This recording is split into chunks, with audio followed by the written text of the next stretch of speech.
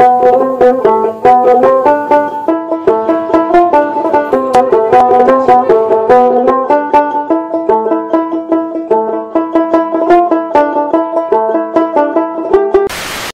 বন্ধুরা, আমাদের চ্যানেলে নতুন একটা ভিডিওতে তোমাদের অনেক অনেক ওয়েলকাম। সকাল সকাল ওয়েদারটা দেখো কি সুন্দর লাগছে, একেবারে নীল আকাশ আর রোদ ঝলমলে ওয়েদার। কিন্তু এটার গ্যারান্টি বেশিক্ষণ দেওয়া যাবে না, কারণ আগের দিনই তোমরা দেখলে এখন তো প্রায় সময়ই হঠাৎ হঠাৎ মেঘ করে আসছে আর প্রচণ্ড বৃষ্টি নামছে। তো কালকে রাত্রেই আমরা প্ল্যান করে রেখেছিলাম আজকে সকালের ব্রেকফাস্টটা হবে লুচি আর সঙ্গে কাবলি ছোলার তরকারি বা চানা মশলাও বলতে পারো। কালকে রাত্রেই এটা ভিজিয়ে রেখেছিলাম, না হলে এটা সহজে সেদ্ধ হতে চায় না। এখন প্রেসারে দিয়ে 2-3টে সিটি মেরে নিলেই কিন্তু সুন্দর এটা নরম হয়ে আসবে। কাবলি ছোলাটা সেদ্ধ হতে হতে এদিকে ময়দাটা মেখে নেওয়া যাক। ময়দা মাখার জন্য প্রথমেই নুন চিনি সঙ্গে ময়দা দিয়ে দিলাম, আর ওপর থেকে ছড়িয়ে দিলাম কালো জিরে। কালো জিরেটা দিলে না একটা সুন্দর নিমকি নিমকি টেস্ট আসে লুচিটাতে। তোমরা কারা কারা এরকম কালো জিরে দিয়ে লুচি খেতে পছন্দ করো কমেন্টে কিন্তু অবশ্যই জানিও। লুচি দিয়ে কিন্তু অনেক রকমের তরকারি চলে, আলু ভাজা, সাদা আলুর তরকারি, বেগুন ভাজা, ছোলার ডাল, সুজি, এমনকি মাংসের সাথেও কিন্তু লুচিটা বেশ যায়।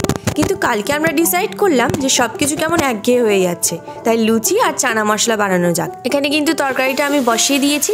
যেহেতু সকালের ব্রেকফাস্টে চানা মশলাটা বানাচ্ছিলাম, তাই পেঁয়াজ আদা রসুন কিছুই ব্যবহার করব না, একদম হালকা মশলা দিয়ে নিরামিষভাবে তরকারিটা করব।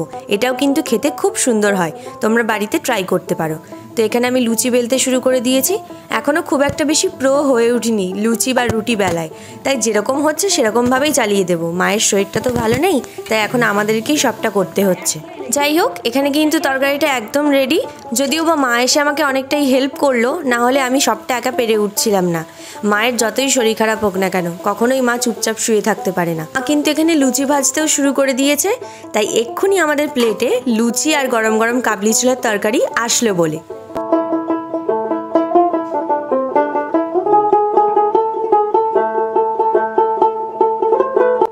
সকালের জলখাবার সেরে নিয়ে আমি আর দাদাভাই চলে গেছিলাম একটু বাজারে। দিদিয়া যায়নি, দিদিয়া বাড়িতেই ছিল, যেহেতু একটু কিছু কাজ ছিল তাই। দেখো আবার কি মেঘ করে এসছে, এই বৃষ্টি নামলো বলে চলে এসছি আমরা বাজারে।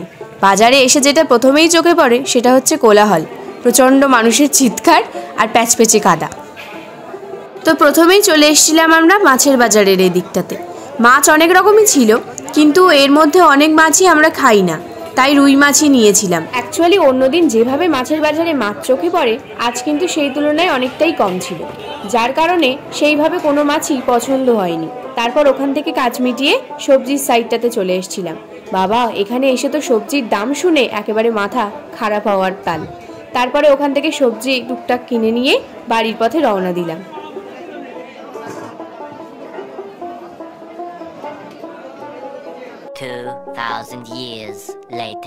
বাজার আসার সাথে সাথেই কিন্তু দুপুরের রান্নার প্রিপারেশন শুরু হয়ে গেছে। আজকে তেমন কিছুই বানাবো না, প্লেন মাছের ঝোল আর সাথে কোনো একটা সবজি বানিয়ে নেব। তো এখানে আমি মাছের ঝোলের জোগাড় করতে শুরু করে দিয়েছি। একদম নর্মালভাবে মাছের ঝোলটা বানাবো, আলু বেগুন দিয়ে রুই মাছের পাতলা ঝোল।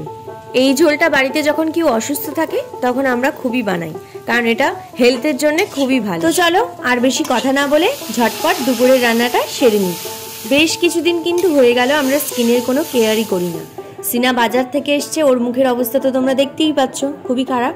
আর আমার রান্না বান্না করে দুজনেরই সেম পরিস্থিতি। তোমরা তো জানোই আমরা বাইরের কোনো প্রোডাক্ট দিয়ে বা বাইরে গিয়ে কোনো ফেসিয়াল করাই না, তাই বাড়িতেই ঘরোয়া পদ্ধতিতে আমরা স্কিন কেয়ার করি। আজকে মেনলি বানাচ্ছি একটা স্ক্রাবার।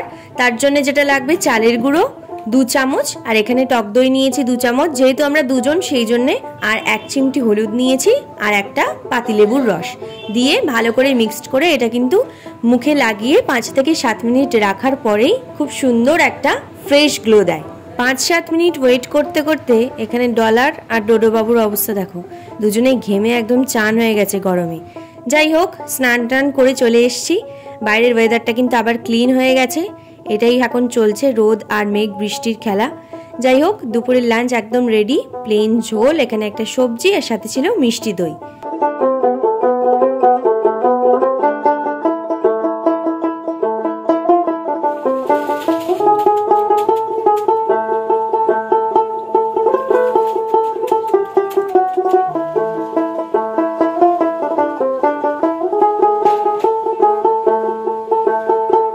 দুপুরের খাওয়া দাওয়া তো আমাদের কমপ্লিট, এবার একটু ভাত ঘুম দেওয়ার পালা। তো আজকের ভিডিওটা এখানেই এন্ড করছি। কেমন লাগলো অবশ্যই কমেন্টে জানিও।